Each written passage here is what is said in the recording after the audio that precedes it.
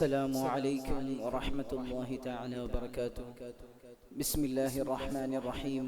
الحمد لله رب العالمين. الصلاة والسلام على أشرف المرسلين وعلى آله الفائزين برضا الله. ما بعد. മനുഷ്യനെ മനുഷ്യനാക്കുന്നത് അവന്റെ ചിന്തയാണ്. ജനത്തെ ജനമാക്കുന്നത് അവരുടെ ജനാധിപത്യമാണ്. അതെ, ലോകത്ത് ഏറ്റവും വലിയ ജനാധിപത്യ മതേതരത്വ രാജ്യമാണ് ഇന്ത്യ രാജ്യം. ജനങ്ങളിൽ നിന്ന് ജനങ്ങളാൽ തിരഞ്ഞെടുക്കപ്പെടുന്ന ഭരണ സംവിധാനങ്ങളെ കുറിച്ചാണ് ജനാധിപത്യമെന്ന് എബ്രഹാം ലിങ്കൻ അവിടുന്ന് നമ്മളെ പഠിപ്പിക്കുന്നു.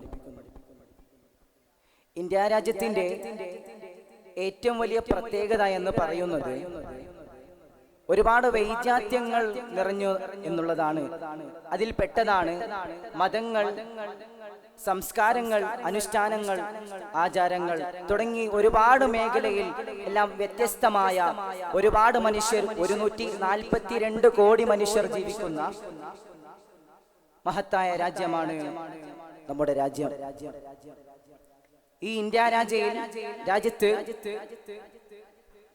യഥാർത്ഥത്തിൽ ജനാധിപത്യം നിലനിൽക്കുന്നോ അല്ലെങ്കിൽ ജനാധിപത്യം നടപ്പിലാകുന്നോ എന്നുള്ളത് പലർക്കും സംശയമാണ്. നാം മനസ്സിലാക്കേണ്ടത്, ജനങ്ങൾക്ക് ചോദിക്കുവാനുള്ള അവസരങ്ങൾ നഷ്ടപ്പെടുത്തി ചോദ്യമൊന്നും ഇങ്ങോട്ട് വേണ്ട, എല്ലാം തങ്ങൾ പറയും, അത് നിങ്ങൾ കേൾക്കുക എന്ന രീതിയിലാണ് ഭരണ നേതൃത്വങ്ങൾ പെരുമാറിക്കൊണ്ടിരിക്കുന്നത്. ചോദിക്കുവാനുള്ള അവസരം നൽകാതെ എല്ലാം ഞങ്ങൾ എന്താണോ പറയുന്നത് അത് നിങ്ങൾ കേൾക്കണം എന്ന രീതിയിലാണ് ഈ രാജ്യത്തെ ഭരണ സംവിധാനങ്ങൾ നടന്നുകൊണ്ടു പോകുന്നത്. അല്ലാമ മുഹമ്മദ് ഇഖ്ബാൽ തന്റെ വരിയിലൂടെ അതിമനോഹരമായി ഇന്ത്യ രാജ്യത്തെ അവിടുന്ന് പ്രവചിക്കുന്നത് എന്തെന്ന് വെച്ചാൽ ഒരു പൂന്തോപ്പായി കൊണ്ടാണ്. ആ പൂന്തോപ്പിന്റെ പ്രത്യേകത എന്ന് പറയുന്നത് അത് ഗുലിസ്ഥാൻ പൂന്തോട്ടം എന്നാണ്. എന്ന് വെച്ചാൽ വിവിധങ്ങളായ വർണ്ണങ്ങളുള്ള, വിവിധങ്ങളായ രീതികളിലുള്ള, വിവിധങ്ങളായ കാലാവസ്ഥകളിൽ വിരിയുന്ന പൂക്കൾ അവിടെയുണ്ട്. ആ പൂക്കളെയാണ് ഇന്ത്യ രാജ്യത്തെ ഓരോ മതത്തെയും സംസ്കാരത്തെയും വ്യത്യസ്തമായ ഭാഷകളിൽ സംസാരിക്കുന്ന മനുഷ്യരെ ഉൾപ്പെടുത്തിയിട്ടുള്ളത്. നാം മനസ്സിലാക്കണം, ഇത്ര മനോഹരമായി അല്ലാമ മുഹമ്മദ് ഇഖ്ബാൽ പറയുമ്പോൾ നമ്മുടെ ജനാധിപത്യം എവിടെ പോയി? നാം ലോകത്തിന് മുമ്പിൽ വിളിച്ചു പറയുന്നത് ഏറ്റവും വലിയ ജനാധിപത്യ രാജ്യമാണ്, ഏറ്റവും വലിയ മതേതരത്വ രാജ്യമാണെന്ന് വിളിച്ചു പറയുമ്പോൾ നിലവിൽ ഒരുപാട് പ്രശ്നങ്ങൾ നമ്മുടെ ഇടയിൽ ഉണ്ടാകുന്നുണ്ട്.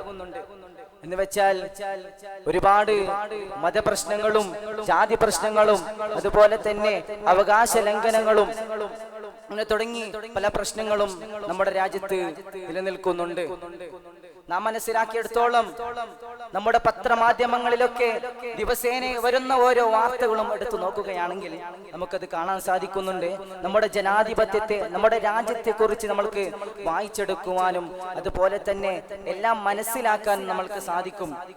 എങ്ങനെയാണ് ജനാധിപത്യത്തിന്റെ വഴി എങ്ങനെ പോകുന്നുവെന്ന് നമ്മൾക്ക് ഓരോ ദിവസത്തെ പത്രം എടുത്തു നോക്കുമ്പോൾ നമുക്ക് മനസ്സിലാകാൻ സാധിക്കുന്നുണ്ട്. കാരണം 1992 ആ കാലഘട്ടത്തിൽ നമ്മൾക്കറിയാം, ഡിസംബർ 6-ാം തീയതി നമ്മുടെ രാജ്യത്തിന് ഏറ്റവും വലിയ മുറിവ് ഉണങ്ങുന്നതിന് മുമ്പ് പല പള്ളികളും തകർക്കപ്പെടുകയാണ്. ന്യൂനപക്ഷങ്ങളായ മുസ്ലിമീങ്ങളും ക്രിസ്ത്യാനും ദളിതരും ഇങ്ങനെ തുടങ്ങി ഒരുപാട് ജനങ്ങളുടെ എത്ര വേദനയാണ് സഹിക്കുന്നത്. അവർ കഷ്ടപ്പെട്ട് പണിതെടുത്ത അവരുടെ വീടുകളും കെട്ടിടങ്ങളും എല്ലാം തകർക്കപ്പെടുകയാണ്. ഭരണകർത്താക്കളോട് ഇതിനെക്കുറിച്ച് ചോദിക്കുമ്പോൾ അവർ പറയുന്നത്, നിങ്ങൾ അനധികൃതമായാണ് ഇതെല്ലാം നിർമ്മിച്ചിട്ടുള്ളത്. എന്തിനേറെ പറയണം, എല്ലാ നിയമങ്ങളും പാലിച്ചുകൊണ്ട് നിർമ്മിച്ചെടുത്ത ആ കെട്ടിടങ്ങൾ പോലും ഇപ്പോൾ തകർക്കപ്പെടുകയാണ്. ജനാധിപത്യം എവിടെ പോയി? നാം മനസ്സിലാക്കേണ്ട ഒരു കാര്യമുണ്ട്. അല്ലാമ മുഹമ്മദ് ഇഖ്ബാൽ തന്റെ വരിയിലൂടെ സൂചിപ്പിച്ച ആ പൂക്കൾ എവിടെ പോയി? ആ പൂക്കൾ നശിച്ചു പോയോ എന്ന് നാം മനസ്സിലാക്കേണ്ട കാര്യമാണ്. ജനത്തെ ജനമാക്കുന്നത് ജനാധിപത്യമാണെന്ന് നാം മനസ്സിലാക്കേണ്ടതുണ്ട്. അപ്പോൾ ആ ജനാധിപത്യം എങ്ങനെ നടപ്പിലാക്കണമെന്ന് ഓരോ സർക്കാരും ഓരോ ഭരണകർത്താക്കളും മനസ്സിലാക്കേണ്ടതുണ്ട്. എന്ന് വെച്ചാൽ നാം മൗനം പാലിക്കുമ്പോൾ നമ്മുടെ മൗനം അല്ലെങ്കിൽ നമ്മുടെ മൗനം പാലിക്കുമ്പോൾ അവിടെ ഉണ്ടാവുന്ന ദേശം അത് രാജാവാകും. നമ്മൾക്ക് ജനാധിപത്യ തകർച്ചക്കെതിരെ പറയാം, പാടാം, എഴുതാം എന്ന് മാത്രം പറഞ്ഞുകൊണ്ട് വാഖിറു ദഅവാനാ അൽഹംദുലില്ലാഹി റബ്ബിൽ ആലമീൻ. അസ്സലാമു അലൈക്കും വറഹ്മത്തുള്ളാഹി വബറകാതുഹു.